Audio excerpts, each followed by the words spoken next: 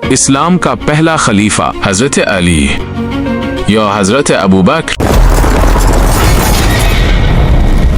اسلام کا سب سے زیادہ کنٹروورشل ٹاپک۔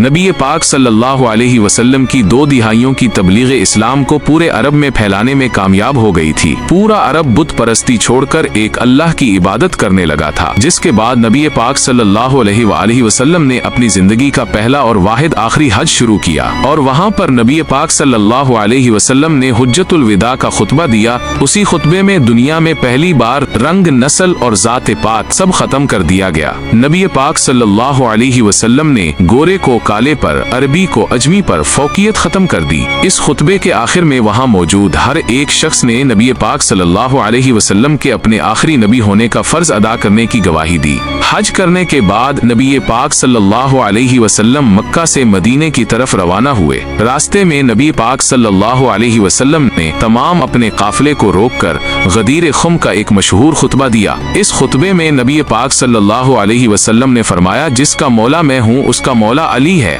اب اگر ہم اس سے تھوڑا پیچھے جائیں تو غزوہ تبوک کے موقع پر نبی پاک صلی اللہ علیہ وسلم نے حضرت علی علیہ السلام کو مدینے کا لیڈر بنا کر گئے تھے اور فرمایا تھا، علی کی نسبت میرے ساتھ ایسی ہے جیسے ہارون علیہ السلام کی موسیٰ علیہ السلام کے ساتھ تھی، لیکن میرے بعد کوئی نبی نہیں آئے گا۔ اب اس عظیم خطبے کے بعد نبی پاک صلی اللہ علیہ وسلم مدینہ واپس آئے اور وہاں آ کر ایک فوج تیار کی جو رومن امپائر کے ساتھ لڑنے کے لیے جا رہی تھی، اور اس فوج کا لیڈر زید بن حارثہ کے بیٹے اسامہ کو بنایا۔ اب اس کے بعد نبی پاک صلی اللہ علیہ وسلم کی طبیعت آہستہ سے خراب ہونے لگی۔ ایک وقت ایسا آیا نبی پاک کی طبیعت اتنی خراب ہوئی کہ وہ مسلمانوں کو نماز کی امامت بھی نہیں کروا پا رہے تھے۔ پھر حضرت ابو بکر نے مسلمانوں کی امامت کی اور مسلمانوں کو نماز پڑھوائی۔ پھر اچانک سے ایک دن خبر آئی کہ نبی پاک صلی اللہ علیہ وسلم اس دنیا سے رخصت ہو گئے،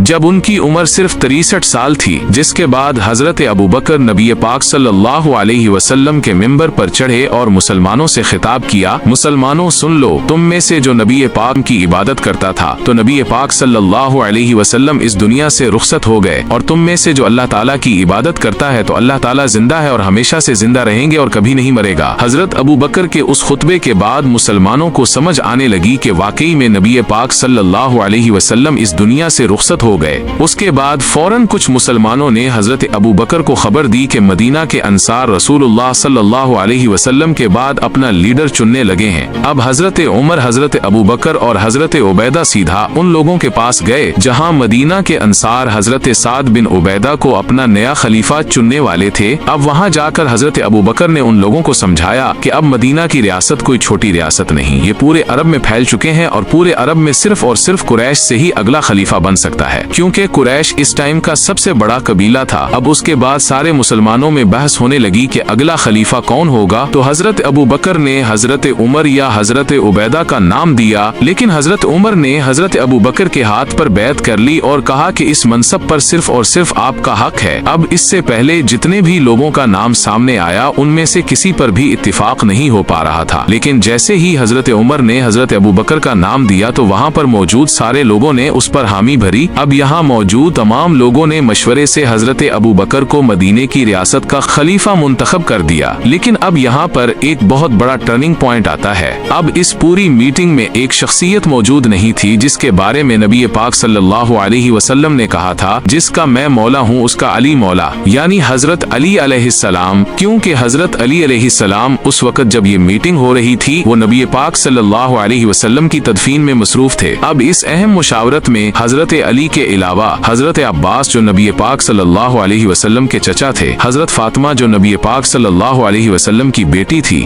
حضرت سلیمان فارسی، حضرت ابو ذر غفاری اور بھی بہت سارے ایسے اصحاب تھے جو موجود نہیں تھے۔ اب جب اس فیصلے کا حضرت علی علیہ السلام کو پتہ لگا تو انہوں نے حضرت ابو بکر کے ہاتھ پر بیعت نہیں کی، اس بات پر کہ اتنا بڑا فیصلہ نبی پاک صلی اللہ علیہ وسلم کے خاندان کی غیر موجودگی میں کیسے کیا گیا۔